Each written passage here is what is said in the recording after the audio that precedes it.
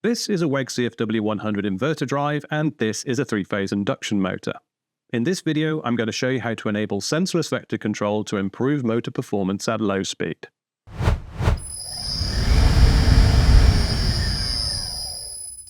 Hello, I'm Simon from the Inverter Drive Supermarket, and this video focuses on WEG's VVW control mode. VVW stands for Voltage Vector WEG, their name for sensorless vector control. Sensorless vector control isn't enabled by default. Like many inverter drives, the out-of-the-box control mode for the CFW100 is V2F. This means that the inverter output is a fixed ratio of voltage and frequency to achieve the desired speed. For example, 230 volts at 50 Hz will run the motor at its rated speed, in this case 1430 RPM. If we halve this to 115 volts at 25 Hz, we get half speed, so 715 RPM. If we reduce it to 46 volts at 10 Hz, we get 286 RPM, which is 1/5 rated speed, and 23 volts at 5 Hz will be 143 RPM, and so on. The ratio is important as it ensures the motor is correctly fluxed, meaning we get good torque. If the voltage is too low, the motor is underfluxed and lacks torque. If it's overfluxed, it pulls too much current. Thankfully, we don't need to worry too much about the voltage. We just set the speed set point in Hertz, and the inverter does the rest. The key point to remember with V2F is that the output voltage and frequency are not affected by the load. If you set the output frequency to 25 Hz, for example, it won't change, and this is absolutely fine for many applications. The performance of V2F is good for a turndown of 10 to 1. By this we mean down to 1/10 rated speed, so a good working range of 5 Hz to 50 Hz. Before we get into the benefits of sensorless vector control, I'll run the motor at 3 Hz in V2F so we can see how the motor performs outside of its working speed range.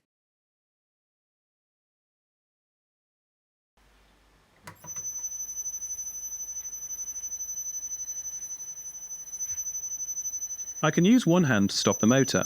There is some resistance, but it doesn't take too much effort. I'll try and slow it again. This time we'll check the value of parameter P005, which is the actual output frequency. As expected, it matches the minimum frequency of 3 Hz and doesn't change. Let's check parameter P007 so we can see the actual output voltage. It's fixed at 14 volts.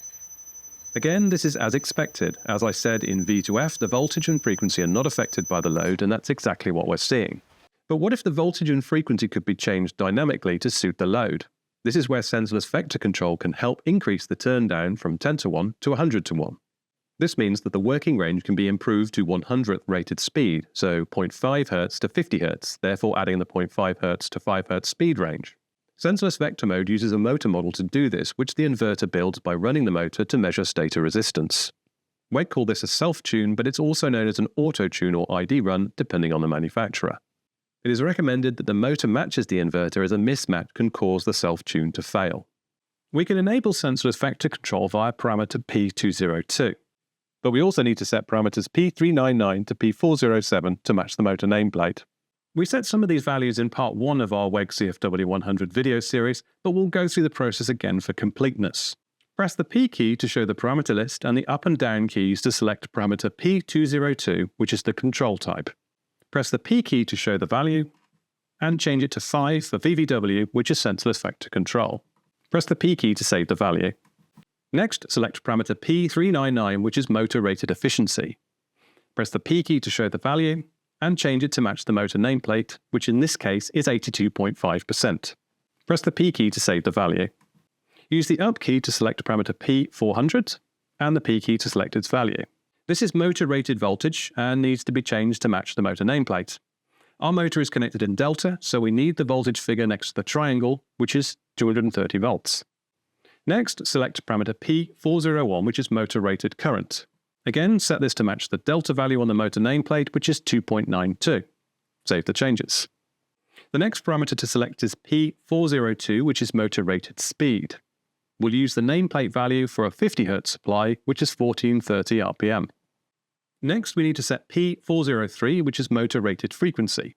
In our case, we can use the default of 50 Hz, as I just mentioned.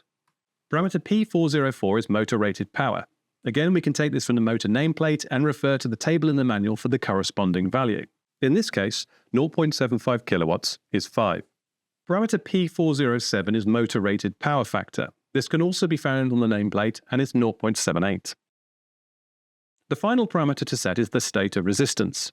This isn't normally specified on the motor nameplate, but WEG provides some indicative values in the CFW 100 programming manual.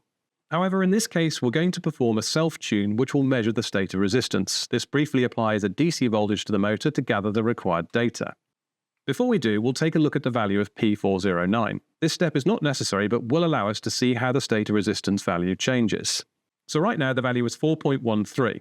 Let's perform the auto-tune. Select parameter P408 and change it to 1 to start the process. That was quick.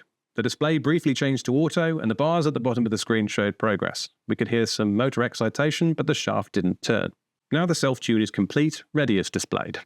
If an F033 message is displayed, the tuning process encountered an error, most likely caused by incorrect motor connection or a motor that's either too large or too small to be compatible with sensorless factor control.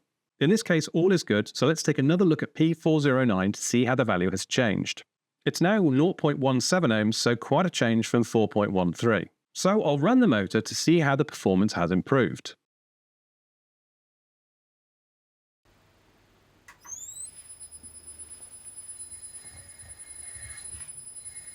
I can feel the improvements straight away. I'm now having difficulty stopping our spinner.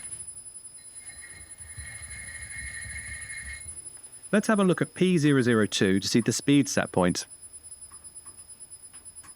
It's 3 Hz as before. However, the actual output frequency shown in P005 is more than 3 Hz and it increases further to compensate for the change in load.